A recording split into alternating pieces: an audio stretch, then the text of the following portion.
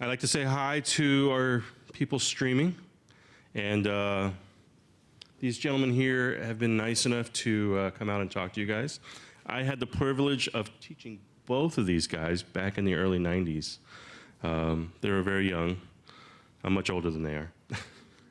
Yeah, so this is Bill and Culley, and they're going to be talking to you guys about the changes in the industry with boutique production, post-production houses, and a lot about their day-to-day go-ons and really how they got to where they are.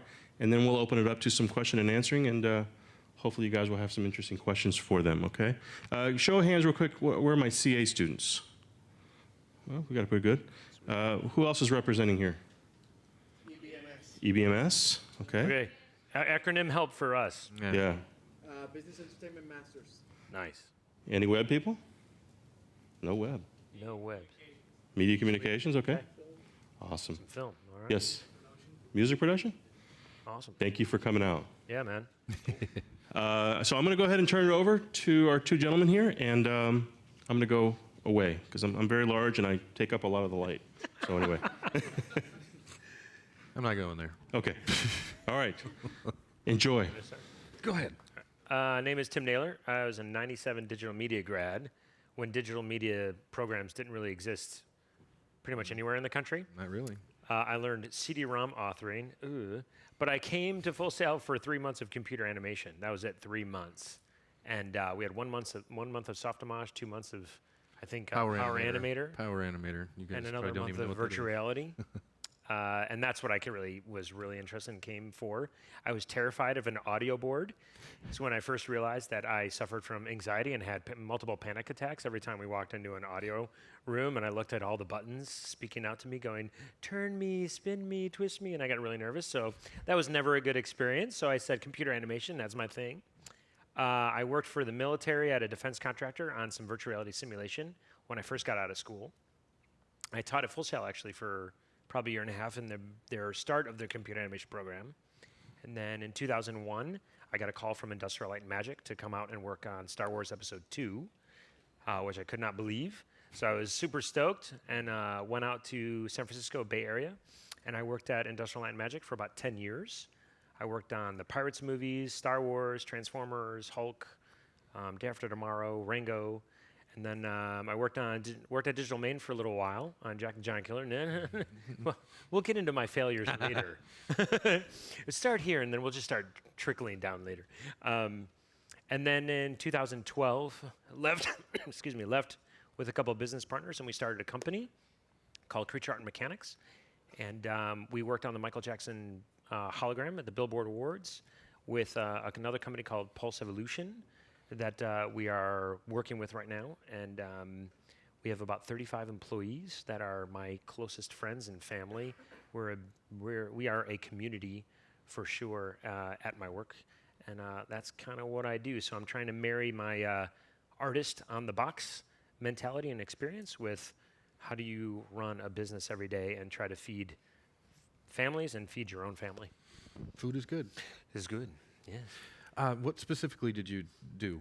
Like, are you 3D, 2D, compositing, I tracking? I do any creature technology. So some creatures that you might know that I've worked with. I did my first job was doing cloth simulation on episode 2, so Jedi robes and Yoda's robe.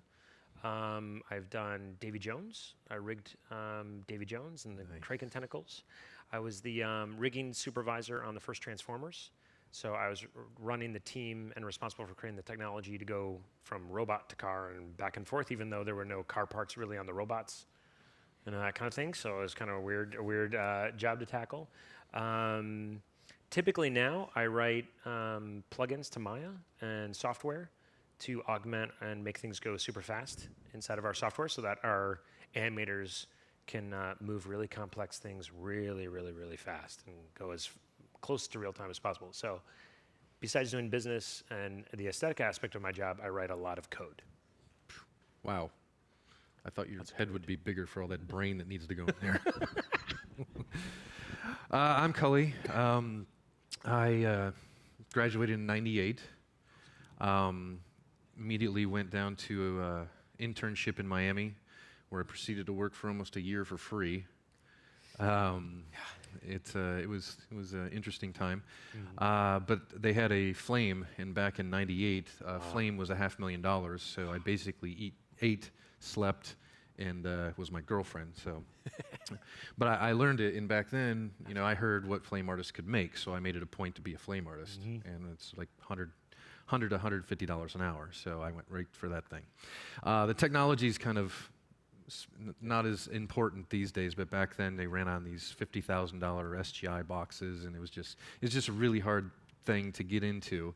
So, getting into it was a dream, and I got into it, and to do that, I lived down in Miami for almost a year for free, or worked for a year for free, and lived out of my van and showered on the beach. Wow! So, I really put myself into it, and then moved out to California with $300 to my name after thinking that Miami was just not as big a market as I needed to be in. So I moved out to Los Angeles with $300 and a couch surf, and just hit the road with a VHS. I don't know if many of you know what that is. A VHS reel. Any VHS people out there? No. And we had some very slow internet, and I found all the post houses I could and printed it out, and just went and checked off everyone that I found, and one gave me a job from the work that I had done in Miami. So, and I just started from there. I'll skip ahead. I found this place called Base 2 Studios. Found a home there for like 5 years, working on all sorts of music videos. Most of them probably older than you guys now, but that place, the guys decided to sell it, and so most of the clients had become my clients at that point. So I decided to start my own business, and I moved all those clients to mine. I started with just one computer in a back room of another post house, and just started buying little things at a time through eBay, popsicle sticks, paper clips, and a dream. I started my own company, and now I have Skulley Effects, and we work on film, commercials, and music videos. And that's awesome. Just did a project. Well, that's a very short story of it, and I'll try to keep it there. But on the way out here, I flew Delta, and I worked on a piece for Delta that I'm very proud of. It's the stewardesses throughout time, and they're just walking in a circle, and their outfits change from one to the other, from the 1940s to the 1950s. So that's one of the last things I got to do. And I showed the pilot when I walked off. He's like, "Why didn't you show us? I would put you up in first class." I'm like, note to self. So that's kind of my quick story in a nutshell. And I'll move it back to you for maybe some of your day-to-day activities. Yeah, we can talk about. Should we talk about? Well, you talked a little bit about your formation. Should we go more into the formation days and kind of how we tried to grow it and things like that?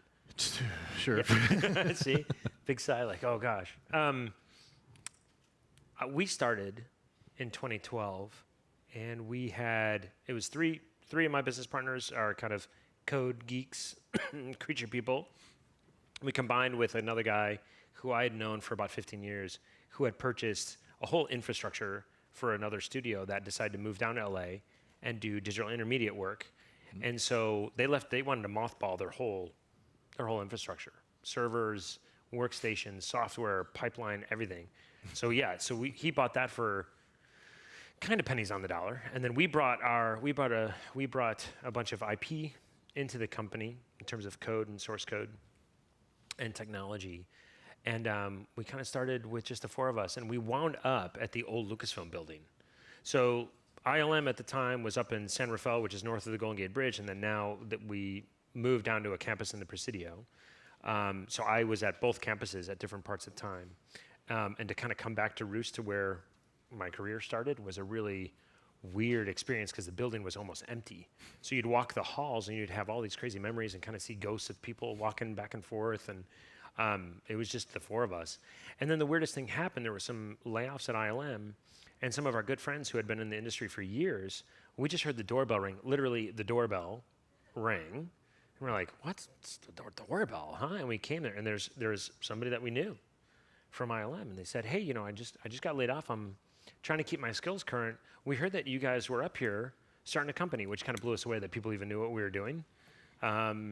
We said, okay, well, we love company. We love hanging out with people. People are cool. Computers are really a painful thing at times. But we do have some computers, some software. Why don't you just hang out? And then the next day, the doorbell rang again. And the next person showed up. And before you know it, we went in a couple weeks from like 4 people to like 12. I think I need to find out where his doorbell. Yeah. And we weren't getting paid. No one was getting paid. We were just trying to build something. And we just let kind of the artist population kind of, run Nuke and run Maya and kind of do whatever they wanted to do to kind of keep their skills going. And they started to band together and go, hey, you guys don't have really a way to showcase your technology. We're going to kind of create a little mini project for you guys so that you can kind of showcase your tech. And then before you know it, we kind of coalesce into an actual studio, and we decided to go get jobs together. And our first couple of jobs, it was a real challenge because I knew I wasn't going to get paid. And that's the real challenge in being an employer, is that you come last. And if you don't have a servant's attitude that your employees come absolutely first no matter what, for the sake of your employees, don't go into business. For the sake of your future employees, don't go into business. And so we wound up getting a couple of little gigs here and there, and it was total feast and famine. And I remember days where we would throw up the budget on the screen and kind of see where everything was, and our paychecks were zero. And that lasted for many, many months. I think I went at least like a year without getting paid, which was a real challenge. And so I put all of my skin in the game was my personal finances, my wife's finances, which were ours, but our 401ks, our savings, we put all of that into the company. And then we had a couple of breaks, one of them being the Michael project that kind of transformed the company. We were able to hire a bunch of people, so we have 35 people that we're trying to sustain. So that's kind of the birth. I mean, I can definitely go into my personal story about how difficult we've had days of total failure, and one of the interesting things is, the topic of what we're talking about is, this boutique production house. And we didn't want to be necessarily a service vendor for the visual effects industry. We were trying to do technology a little bit different. And our business model was this, for those of you who are trying to get an understanding of the ins and outs of an industry. If you're not in the visual effects industry, just bear with me, because I guarantee it will relate to whatever industry you want to go into. Industries run on business models, and the business model is, how do we get revenue in the door? How do we market our product? Do we create a product? Do we do a service? How do we organize all of that, create a structure behind it so it becomes a vehicle and an engine to bring money in? Okay, that's a business model. Well, the VFX business model is pretty broken. And one of the issues that studios were struggling with is that, let's say you were going to build Iron Man. Who likes Iron Man? Come on. Everyone's hand better go up. Come on. All right. But I'm going to do a real quick Iron Man case study and why we decided to go into business. So first Iron Man was built at 2 different studios. Anyone name the 2 studios? That's the practical one. What about the visual effects one? ILM, and they're no longer around, which is interesting. Tippett? The Orphanage. Oh. Gone. Yeah. So here's the interesting thing is ILM, so studios want to mitigate their risk. Okay? And the way that they do that is they want to spread their risk around, so they might give the same asset, Iron Man, to a number of different studios. Here's your sequence, it has Iron Man in it. That's for you, Orphanage. ILM, here's the sequences that you have to build it. But can you share? No, I don't want to share. All right, well, in your contract, we want you to at least share the geometry. So ILM gave Orphanage the geometry, and I'm sure I'm missing something, so if someone calls me on what I missed, I'm sorry. But I'm giving you as much of a historical perspective as possible. So the Orphanage had to rebuild a lot of Iron Man, which cost the studio, because they build the studio. So for one Iron Man, the studio actually got billed for more like a 1.5. Then came Iron Man 2, and they had to redesign the suit and rebuild portions of it, and other studios worked on it. Then came Iron Man 3, which was at Digital Domain, not even at ILM anymore. So guess who had to rebuild Iron Man again? Digital Domain. So the studio bought Iron Man again. Then Digital Domain was having some problems, and they sent it to Weta. So guess who built the studio for Iron Man? Again. So you've got one Iron Man, and you've been charged like 4 times. So what we did is we said studios are really interested in mitigating their risk. Studios also are in a constant struggle with the VFX vendors in terms of who owns what. So there's pixel talk, like who owns the final pixel. But there's also talk of who owns the geometry that makes the 3D model and who owns the rig that actually moves the model. Who owns the motion capture, right? All that kind of ownership issues, which is huge in the industry. So we said, why don't we create our own business model? And we'll write, since we're technologists, we wrote specific technology that can be bundled up and live within any pipeline. So if Weta came and they said, well, this is our naming convention, this is how our animators like their control structure, we wrote rigging technology that would basically say, load in the Weta profile, and it would rig Iron Man for Weta. Load in the ILM profile, and it would rig Iron Man, and we can send it to ILM. And the studios, we were thinking, man, the studios would love that because we could put ownership back to the studio. You can own the rig. It's just a fee where we become the digital bank for the studio. So we're going to hold your asset. You own it. We're just getting a fee for holding on to the asset. And we thought that was a really cool idea. It sounds like it saves a lot of money. Here's the problem. Convincing the large institutionalized studios that this was a way to save money, and then having to fight the fight with each VFX vendor that says, wait, if I'm not building Iron Man every time, I don't have a slot in my revenue cycle in my own business model that I can charge the studios. You're taking that away from me. We completely miscalculated that. And so our business model, even though from a theoretical, hypothetical perspective, is pretty solid. We mitigate the risk of the client. We transfer ownership back to the studio. We become a bank, so we hold on to really precious assets. And we have the technology to do it, which is IP. We still miscalculated our market.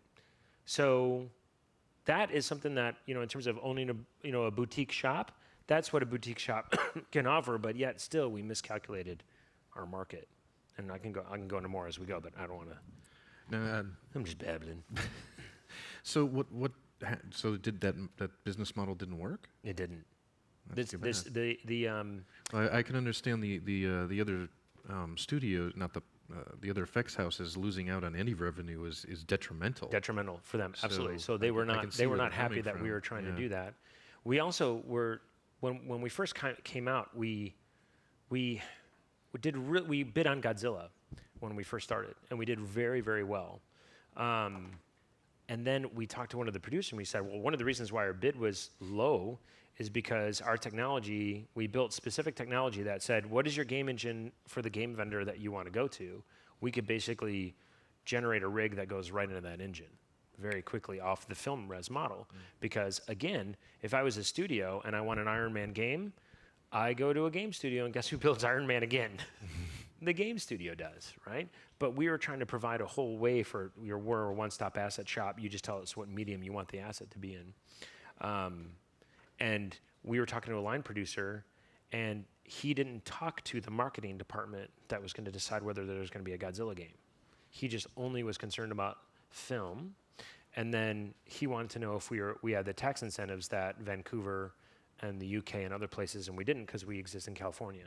So even though our bid was better than other companies, we lost a multi-million-dollar bid because of those things. So our business model, even though it makes a lot of sense, it didn't place itself in the market.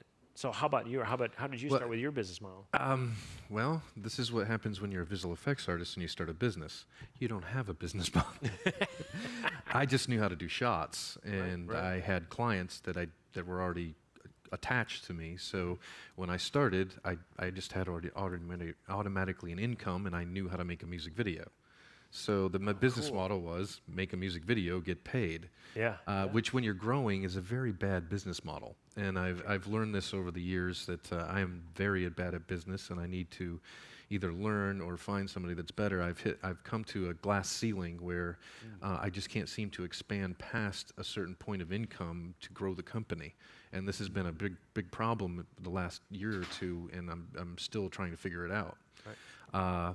And yeah, this is what I'm saying to you guys. You learn the business part of it. Really have a model, because obviously the visual effects model is broken. So if you can figure out a different way to do it, great. It's really hard, especially that it's gone global and everybody's chasing money that basically governments are giving away.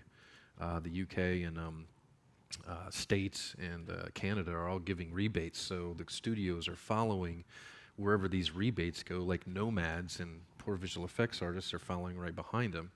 So Gotta as a eat. small studio, we pick up the scraps and just try to deal with what we can get. And yeah, like Does being in LA help? I mean, you being I do localized. think it does help to a The certain 911 degree. work? Yeah, exactly. A lot of the work we get is like, oh my God, I have to have this done tomorrow. That's And, 911 work, by the way. It's an industry term. In case you haven't heard, there's a 911. That means I don't know what to do with these shots. I need someone to get them done now.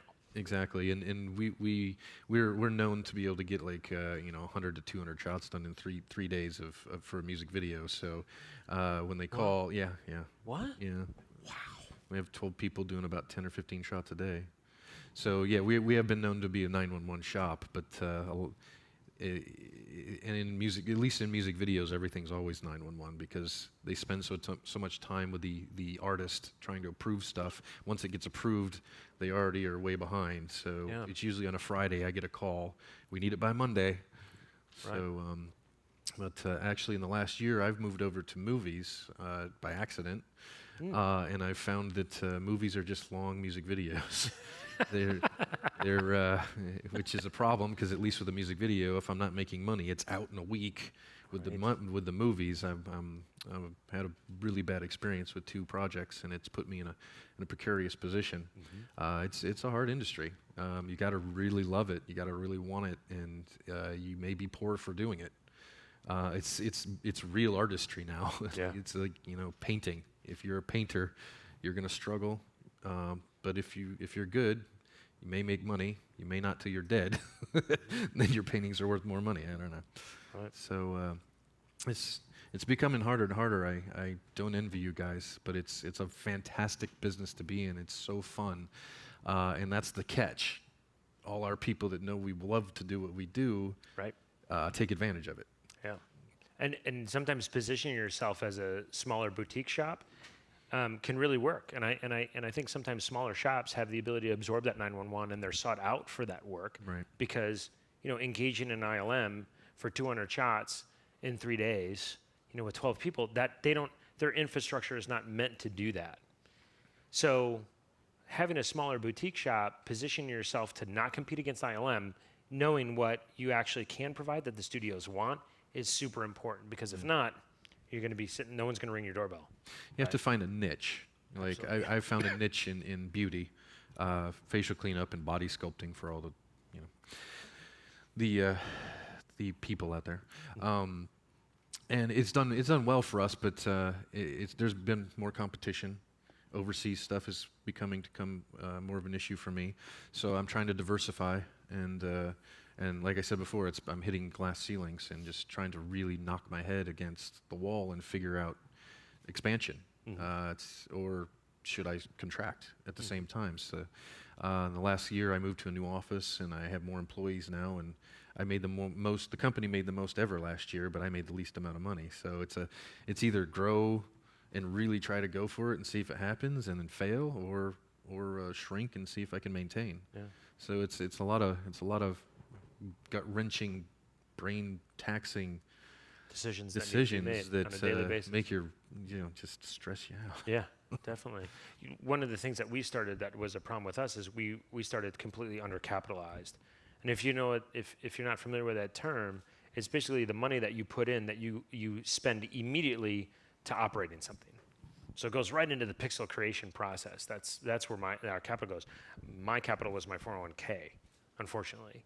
And one of the challenges with the small boutique house is banks are kind of like, you're cute.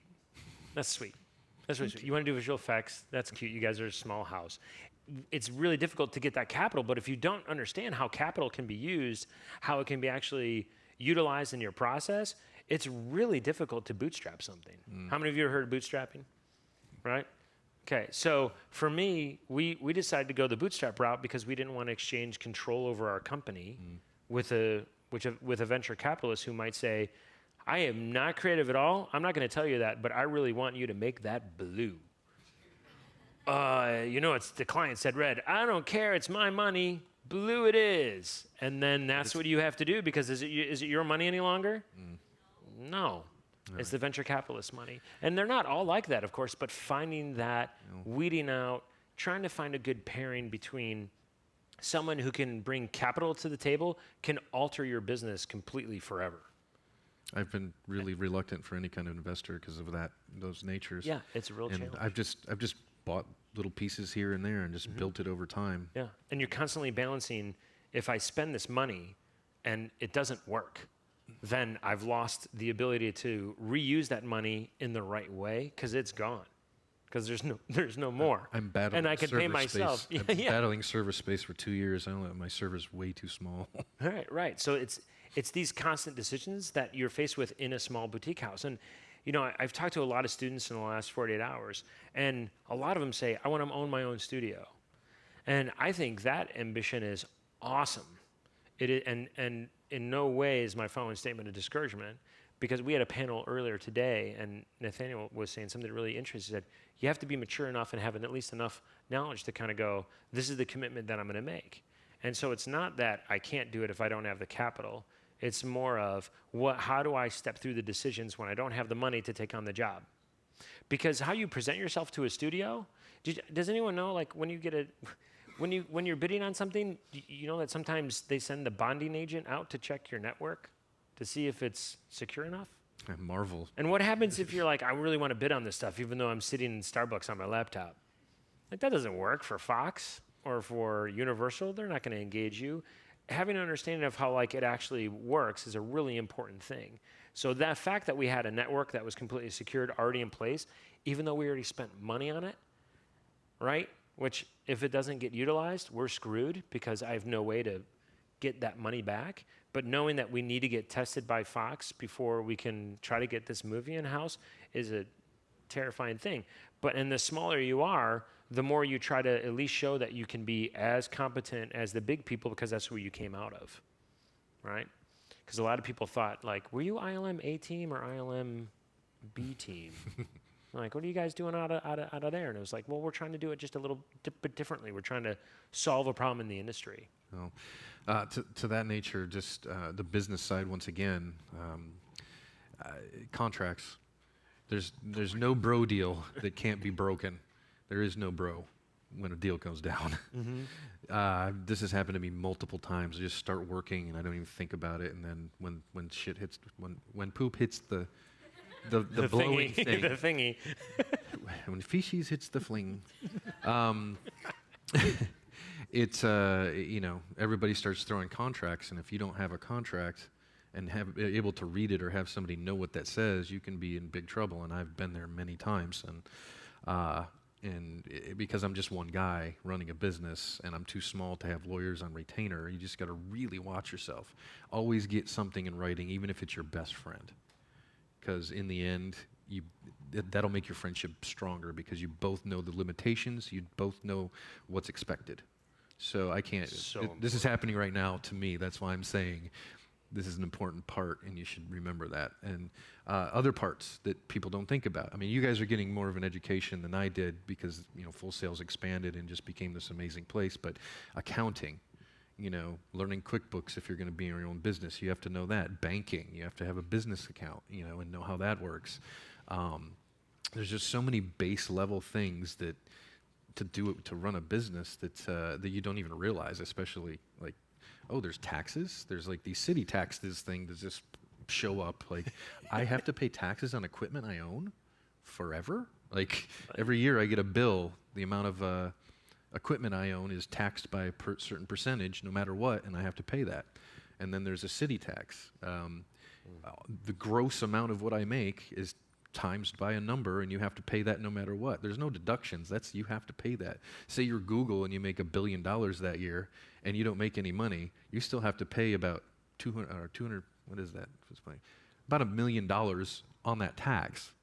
So there's a lot of things that creep up that. Yeah. Employment classifications. You're employing people. You better make sure that you have insurance, liability insurance. You better have. I know this is all boring stuff, but it's really important. You better have workman's comp insurance, disability. If somebody trips down the stairs, problem. You're in debt for the rest of your life paying for that person. And then you're asking yourself at 3 o'clock in the morning going, can I just like rig something or like deal with a creature, or do I get to like composite something? Like when do I get a chance to do that work? And you start drawing away from being on the box because you have to support the people that are doing that for you. And if you don't have a lawyer, there's ways to get a lawyer and do it cheaply. But if you don't have contracts, then you're completely screwed. Completely screwed. And here's the problem. You're not exchanging material for material. Like, okay, Culley, I have a water bottle.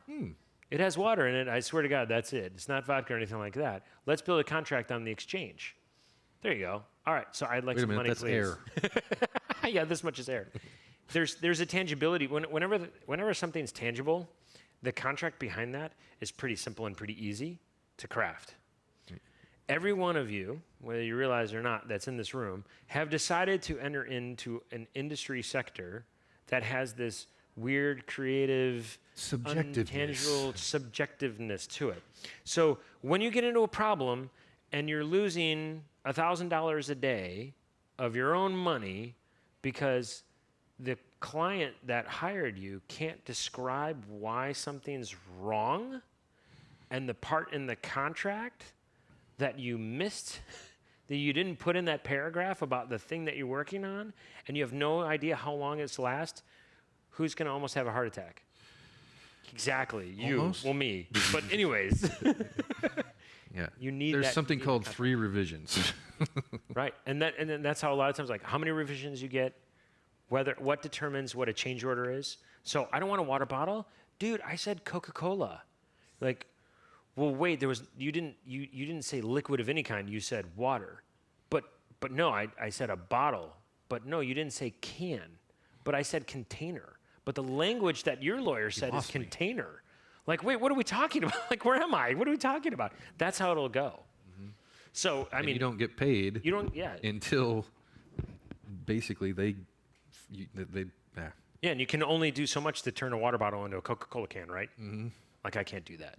So I'm not Jesus. I can't do that. So yes, I know half of you are like starting to fade and sleep right now, but the reality is that when you're out on the street because you slept during this moment, don't come whining to us. I don't want to hear your sobs. So like, but I thought Full Sail was going to set me up for life in the real world. Too bad. Don't come to me. I've had enough stress. I don't want your stress. No, thank you. Should we do? I don't know. Well, do you want to, how about our day? Our day. Oh, we got a question. Sweet. Well, I'm just thinking about, you guys have talked about the business side of the Yeah. boutiques. What are some of the pros of having a boutique production company compared to what are some of the larger ones that are? Let's talk. Oh yeah, is there? Because isn't that the title of this? Yeah. Pros. I'll start with my pros for it. As you guys can tell, there's some real challenges in the visual effects community these days, and there's a lot of people that are challenged with work, challenged with the studio system, challenged with the business model of how things are going, and a lot of artists are trying their best to kind of tell their story of what's happening. And our way to tell our story was to go out on a limb, take a risk in the middle of challenging time, stay in California, and try to do it a little bit different. And so the pro of a boutique house is that you have the flexibility to steer your ship quickly compared to being a big, huge giant, and whether or not that's the Titanic or it has a different, name on the ship, or if you're considered a dinosaur, right? These are all terms for big institutions that can't pivot when the industry changes. So a real, I think, almost the single greatest pro for a small boutique shop for me has been, okay, the visual effects thing that we were trying to do, we can't compete. I can't even get 35% on the New York Stock Exchange. There's no way I'm going to compete against Vancouver for that. But I know how to write technology. So let's start looking at where VR and augmented reality, let's start talking about becoming a production house and looking at, even dead celebrity properties, which is what Pulse does. How do we start looking at those different revenue streams instead of saying, I'm going to only use my VFX knowledge for visual effects and get killed because you can't make up that 35%. So the pro for me is being able to radically put your hand on the rudder and say, this is what we're doing today, and we're turning it. Whereas ILM and other big VFX companies would have more of a difficulty to kind of shift their entire staff and business model and way of thinking to do that. Well, you've just totally depressed me. Sorry, man. But it won't. Because I'm still doing that. Okay. Well, I find that, you know, at least in Los Angeles, more and more you're seeing these big companies that just can't survive. And I think it's even with subsidies, it's just going to keep going that way. And what's going to happen is it's going to be a bunch of small places held together by some producers or community or even software shotgun, you know, with a centralized base, just farming it out to multiple places and keeping consistency. I see that as the future because big facilities and hardware and it's unsustainable with where everything's going worldwide. Something that I think I touched base with you in our private VPN you a screen wherever you are at in a room like this with a bunch of people or wherever the subsidies goes, they won't have to move the machinery. They just move the screens and the internet. And you'll be at a station like this following subsidies. That's my view. But that was kind of not the question, but actually, owning your own studio. I mean, it's like your baby. I've raised this thing from nothing. I've nurtured it. I've grown it.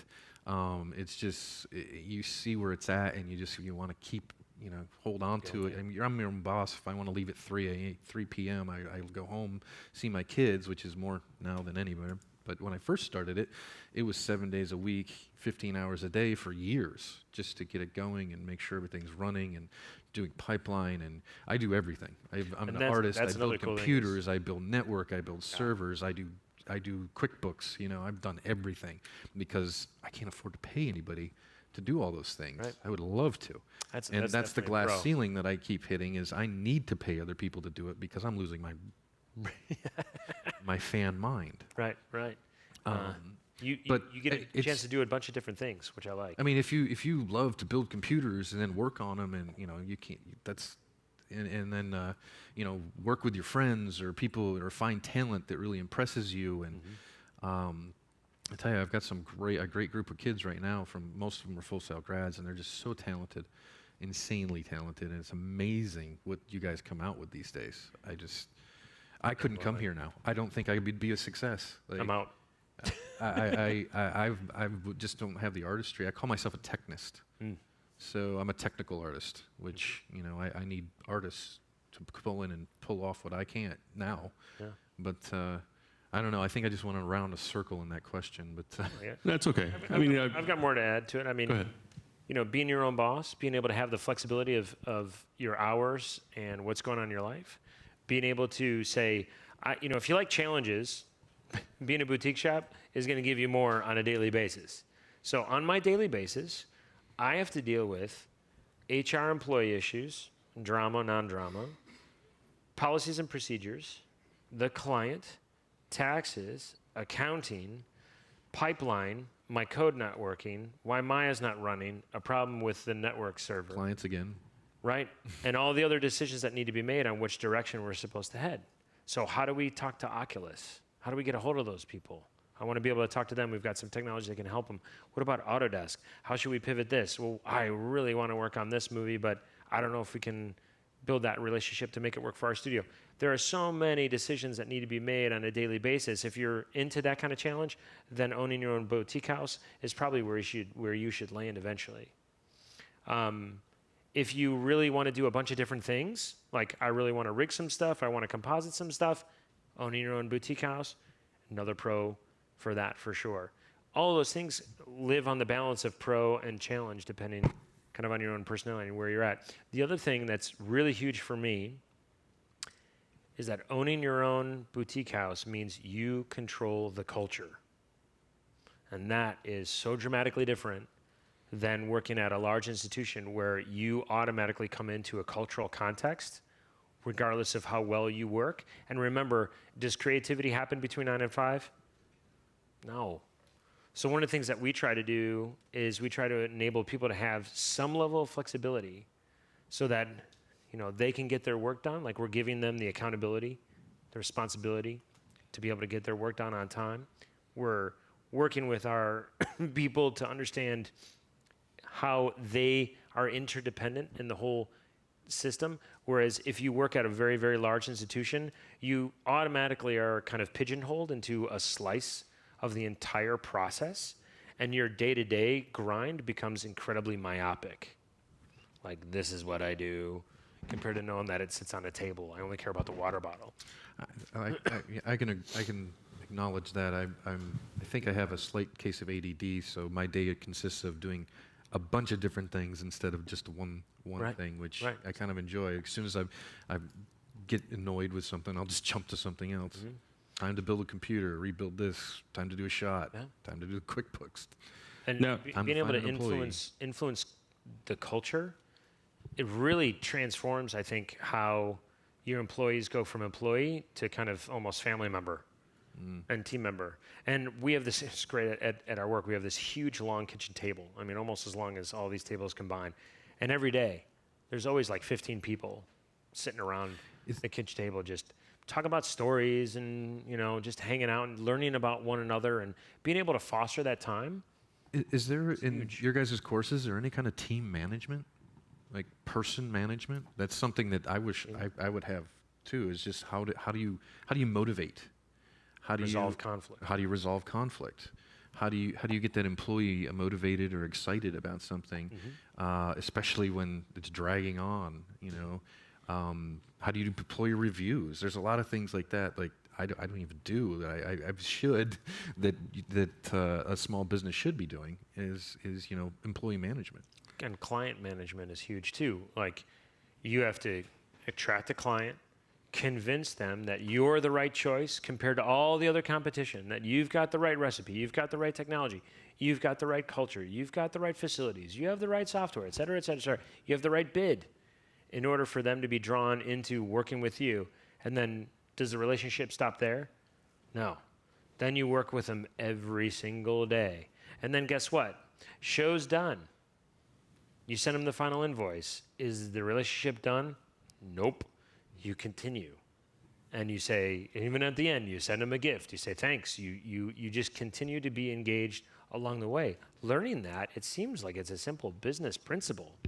And it seems like it's psychology 101. But if you're not doing that and you don't realize that, it is going to affect your capability to actually survive into the next quarter. So client management is psychology-based. Working with your staff is psychology-based. There's business psychology, and then there's the tech and creativity. There's a lot of pieces to the puzzle.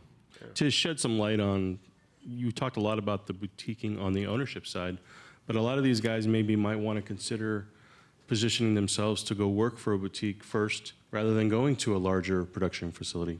What are some ideas that you can talk to these guys about? The pros of them working for you guys rather than going to a larger. Well, I think as a boutique, you're going to be doing more faster. At a bigger place, you're going to be, especially as an intern. I hear intern stories all the time from bigger places I won't mention, that they get coffee for 4 months and didn't work on a shot. At my place, everybody gets their own coffee, and the internships that I usually have is like, we don't pay you to learn, but when we start using you work, we pay you.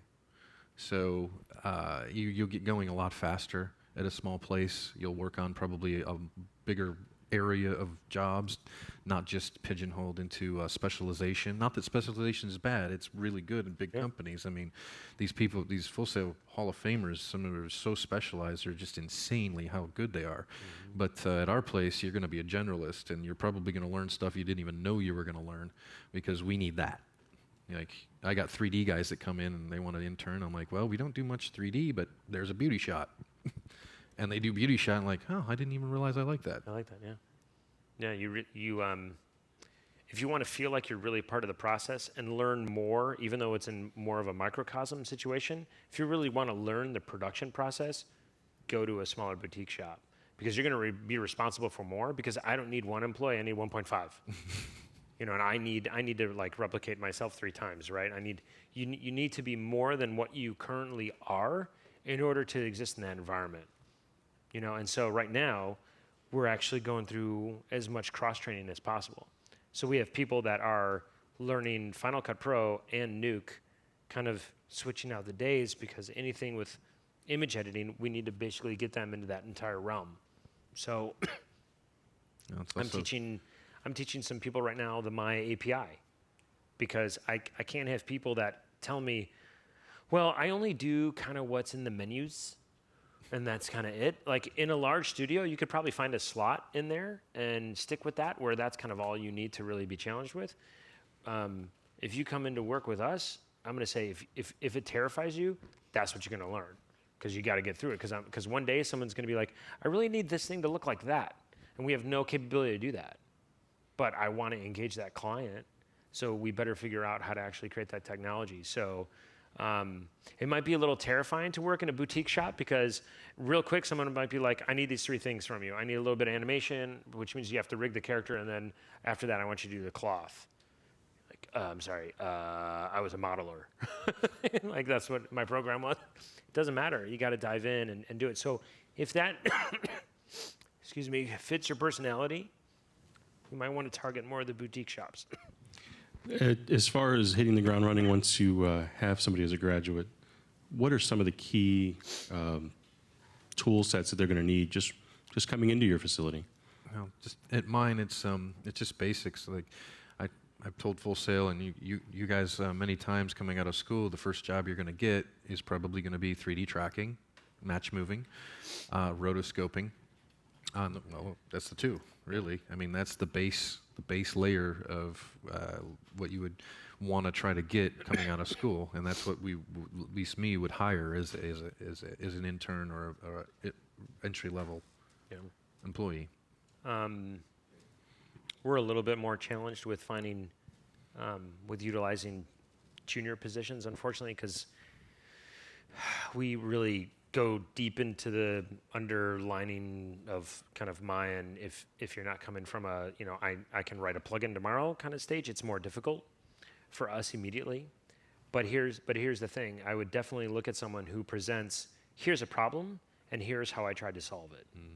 And here's a problem that I think a big place or a small place might be having with where 3D is, and here's my attempt. I don't even care if it failed. I really could care less. So if you show on your demo reel, like, I know that the industry's having this problem. Here's my attempt to kind of solve it, and here's how I was presented with the problem, and here's the steps that I tried to work through. It didn't really work. I don't care. For me, it might work the next time when you pivot something, change something, alter something. I just care that you see the problems, because that is our world. So problem solving. I mean, that's what. Yeah, I mean, if I was saying this at the entrepreneur panel, and I was saying, like, if you come into a company with trying to understand what it's like for us, it's going to translate into me looking at you going, they've got it. I don't need to add them to my worry bucket, right? Because my worry bucket is overflowing every day with why the client doesn't want to pay me the last check, which is a quarter of the job, and I have nothing in reserves to pay everyone. How am I going to make payroll? The last thing I need is for an employee to come up and say, "Where's my check?" I didn't Google this. I didn't really spend any time to solve the problem. I didn't do any research, and I just kind of got stuck in the first 5 minutes. Hey, Tim, you're probably not that busy. You probably don't have much on your mind. I know that things are probably simple because you're an owner. You can probably like take a long lunch, maybe leave at 4. Can you solve the problem for me? Yeah. I can't tell you how many times these kind of things occur in the industry. Most of us at this level that have been through things, we come from the school of figure it the F out. Yeah. Bye-bye. Go back. And See you later. And don't come back to me again ever with that. Especially today, there's so many resources to figure it out. Right. When I was coming up, we didn't have online tutorials. We didn't have online schools. We had a manual that thick that made no sense, and you had to try to make sense of it. When I was interning, I didn't even have a manual. I just had to push every button on the flame. What does that do? What does that do? How did that work together? Why did that just crash the app? I got a manual finally. I read it cover to cover twice, and you know how hard that is? I could never do it today. I could never read a manual was- like that today. The two. I think I was like 3 or 4 weeks into ILM, and I couldn't understand their cloth simulation solver, and I sucked at it big time. I was on an 8-month-long contract. I had no clue what I was doing. I would sit in dailies and like, oh no, I don't want to say anything, and here comes my shot. Oh no. And it didn't work at all. And they actually had to send my shot, my first shot ever in film, they sent it to a modeler to fix it frame by frame because I couldn't get it to work. And I was devastated. And you know what I did? And this is like beyond critical for you guys as students as you come out, is I went back to training and I went, there's got to be a manual for this stuff. And you're like, poof. Okay. And I just said, can I check this out? They're like, yeah, sure. And I took it out and I said, can I like highlight it? And they're like, yeah. I went back that night and instead of watching TV, being entertained, I opened up that manual, just like you said, and I went over it and over it and over it. I'm like, I'm not losing my job. I'm not going to lose my job. I'm going to figure this out. I don't have the supervisors don't have the time to wean me and mold me and fashion me. I'm going to mold myself with the resources that I've been given, and I'm going to get this damn thing done, and I'm going to figure it out. I still suck at cloth sim, but I got it done. I did a whole 1.5 years on episode 2 doing just cloth, and I survived enough for them to keep me on. And it was funny because the people that didn't get laid off were the ones who knew the cloth solver, oddly enough, because they knew that they had other cloth shows coming up. So if I didn't think it's time for me to master my craft, it's not the craft I chose. I came in there thinking I was going to rig something. It was like 3 years before ILM would even let me like rig anything. Like, oh, did you want to help the animators out? You need to be here for like 3 years, bro. Like, and then years to like rig a hero creature. It was my choice to master my craft. And that is for us in a smaller boutique shop. We want people who, if they're not already masters, who are able to express that they're on the path to become a master. And they're not going to be held back, and they're going to figure it out. Because when people come to me and they go, so here's all the research I did on this problem. Here's the 3 solutions that I might have. I tried 2 of them. I'm in the middle of the 3rd, but I'm not sure if I'm going to go down, if that's really going to work for me. Can I just get some wisdom based on where you're at? Want to help. And I'm like, done.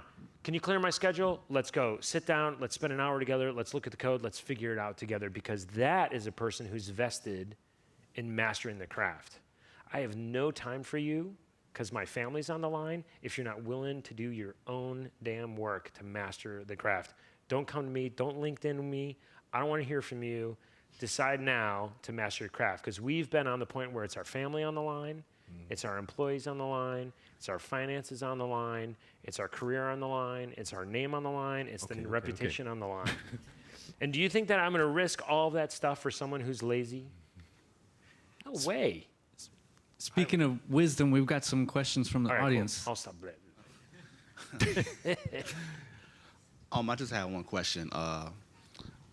Starting a company, I was wondering, do you need to have, since you guys had a hard time starting a company, would it be wise to have business management or accounting prior to Always. starting a company? I mean, if you are your company's small enough, you can't hire that out.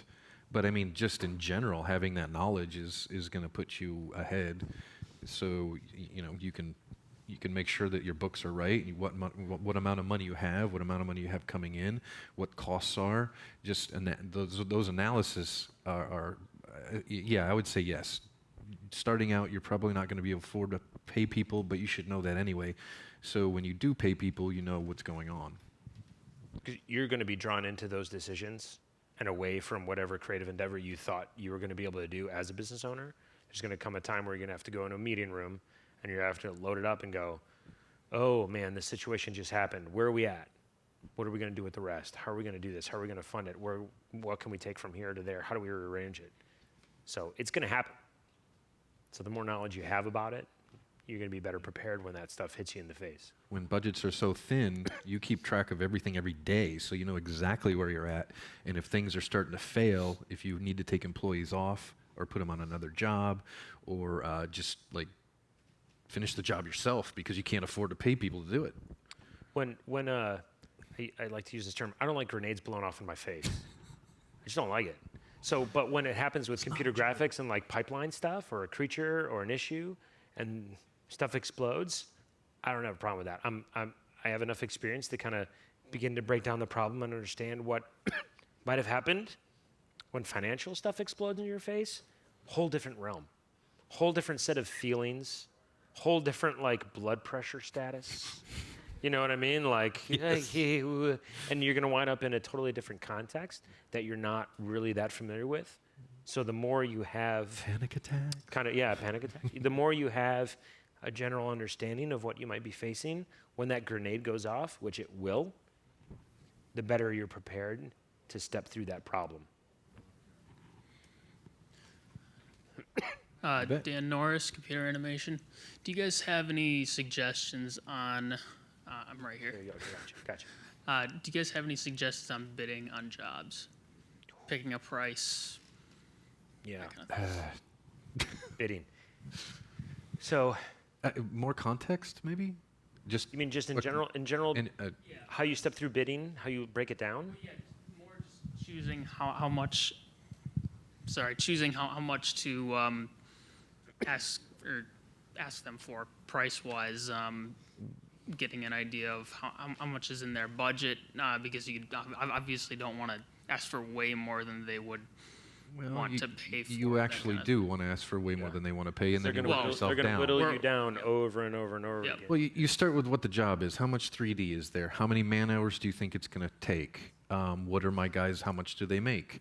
How much administration is it going to take? How much do they make? What's the schedule? Is it fast? Is it slow? If it needs to be done immediately, you charge more because you're going to have your people in overtime and double time. And actually, after it's all done and bidded, you double it. Big time. And like we had one situation where Because we that's for overhead. You get all your hard costs, and then you double it for mystery explosions and then had monkey profit. wrench. Yeah. There's the At monkey. least that's what I do. Sorry. There's always a monkey in the studio, waiting to throw its wrench. You never know where. So I would love to create a line item in the budget that's just monkey wrench. Well, I don't know how much we're going to lose on the monkey wrench because he's gonna chuck it at some point in time, usually at the most inopportune time. And you're like, what? The render farm went down? What? Ooh. Like, how did that? I thought what? All these things happen, but for us, like bidding animation. So you go, is it facial animation? That requires an animator with a certain skill set. That requires Maya. Are our Maya licenses going to expire in the middle of the Maya. show? Whoopsie, we Licenses. missed that line item. Hello, Autodesk, we love you. That kind of thing. So is it body animation? Is there simulation?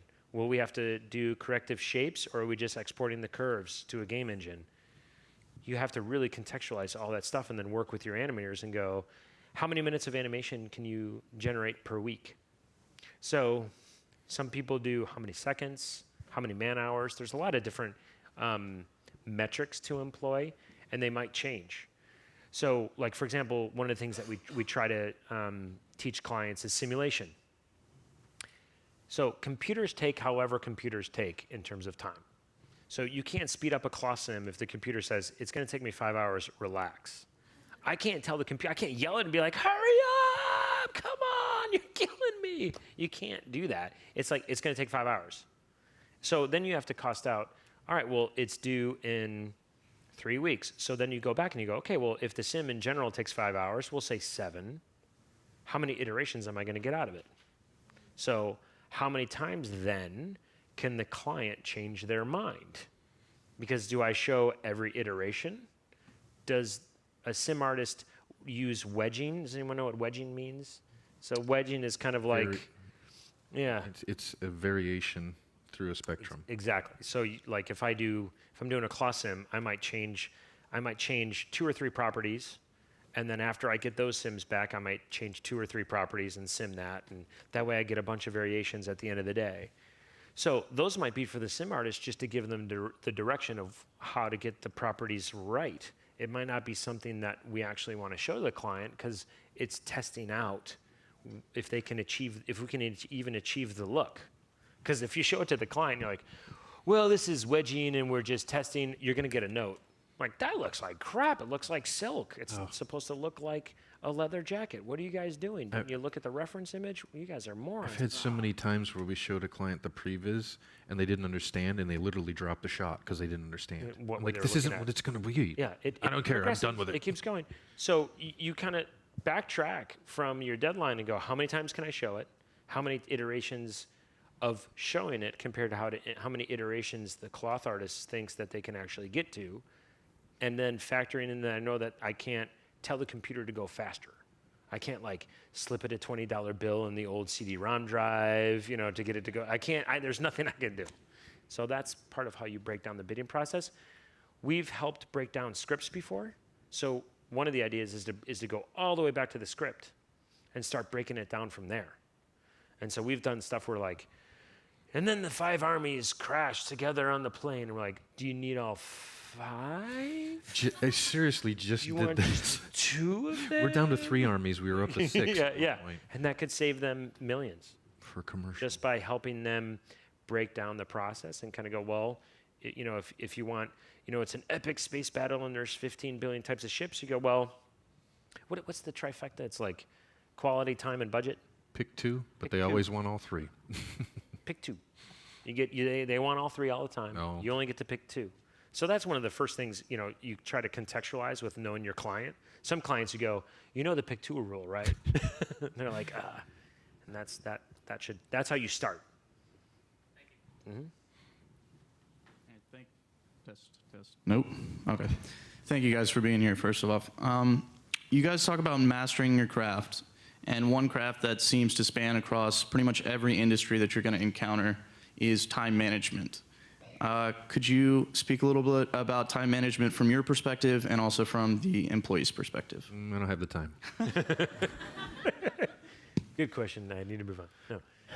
Time management. I guess I need context. I can give a little bit, like, from doing the work perspective, we have time card. Okay, well, when you get into a studio, I remember filling out my first time card being like, wait, you want me to track what I did? Okay, well, I worked on this shot for 2 hours on Tuesday, and then I got assigned this shot, so I worked on this one on Wednesday. And some companies will take that time card data and they'll actually say, you need to prove how many hours you actually worked. And now here's your paycheck. What we do is it's not connected to the paycheck. What we do is we're really into budget versus actuals, which you might hear a lot. You can budget it, but then all of a sudden the monkey throws the wrench and then your actuals are completely different than the budget. But how do we know what that difference is? What is that delta? So we look at people's time card to figure out, holy cow, out of each week they spent 8 hours in meetings. That's a day. Why are we meeting so much? What is going on there? How do we lose a day out of production because we're meeting jibber-jabbering about something that maybe we can solve some other way?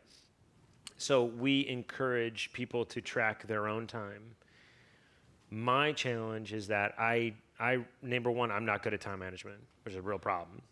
Number two, one of the cons of a small boutique shop is that because you have to do everything, it's really a challenge to switch contexts.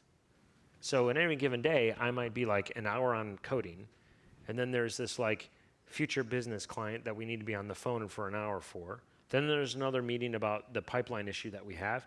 Then there's maybe I go around to every artist and just kind of see how they're doing. So that we call that rounds, where I go and visit everyone and see if they have what they need, what are they up to, keeping in touch with the whole process. So I'm changing my mental context all the time. And so I need to figure out a better way to schedule and shuffle that time. So it becomes a real challenge when I don't get a chance to say, today I'm just going to code. I don't get the luxury of that. I wish I did. Maybe I need to rearrange my schedule so that this is my development time. This is my time to just be on the production. This is my business development day.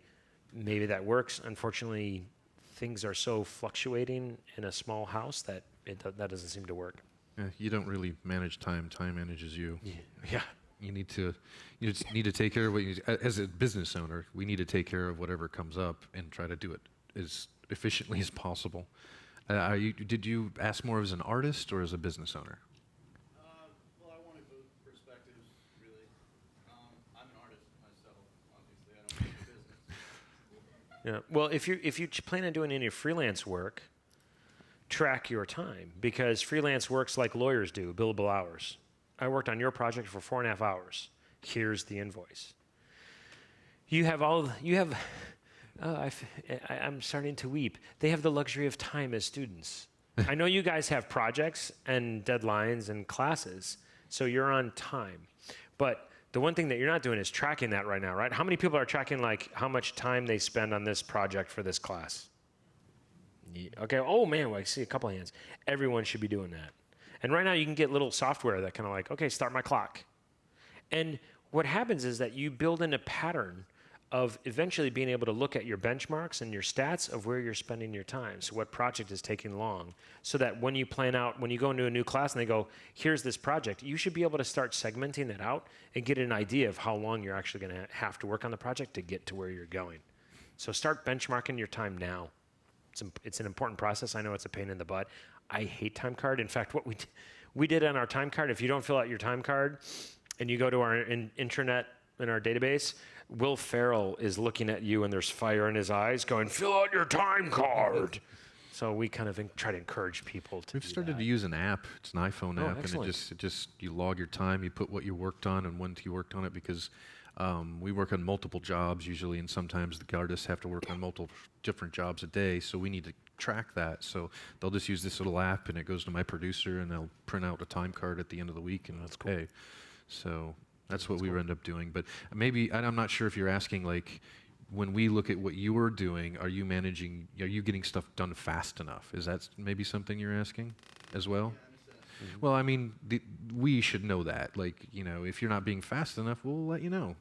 Like, you need to step it up, or, you know, if there's something you need to ask to make yourself faster. And we understand when you're first starting, you're not going to be fast. That's, at least I do. Right. And that's probably why you're either interning or, you know, paid a little lower than while you're learning as an entry level. So it's something you should be aware of, but I wouldn't worry about it unless the problem arises. We give people a lot of time to do stuff when they first start, and, you know, see if they're growing, and if they're not, try to help them be faster. A typical, oh, I'm sorry, can I just add one real quick? Just to give you a typical day, if that's kind of what you're looking at time-wise, a typical day at like a large VFX, you come in the morning, maybe you grab your coffee, check email, check if there's any fires that you need to put out. Maybe at like 9 o'clock, 9:30, 10 o'clock, you go to dailies. So you sit as a team, and you hear the supervisors critique your work, and then you get notes. Then you come back to your desk, and production usually at some point in time will send you the notes for the day, and then that's your task list. And then the afternoon, you got to hump it to get all that stuff addressed, depending on if you're a compositor, a creature guy, whatever it might be. It could be a real challenge to get all those notes addressed, because the next day, guess what? You're sitting in dailies. Did you not finish you didn't tell me that you didn't, where's your movie? What's up? What are you doing? Why are you here? You'll figure out how Stuff fast you done. need to be. Yeah, you'll know. But that's the typical day, is like there's just iteration after iteration. Thank you, guys. We have time for one more question back here. Thank you. So I wanted to know what you guys would think about like a worker-owned creative business. That way you can kind of like better distribute the work throughout the team. That way, kind of like what you had said earlier, you know, the creative business kind of has like they don't have a solid policy, if you will. A worker-owned Worker-owned? business? You mean like say an 5 ESOP? artists own a business?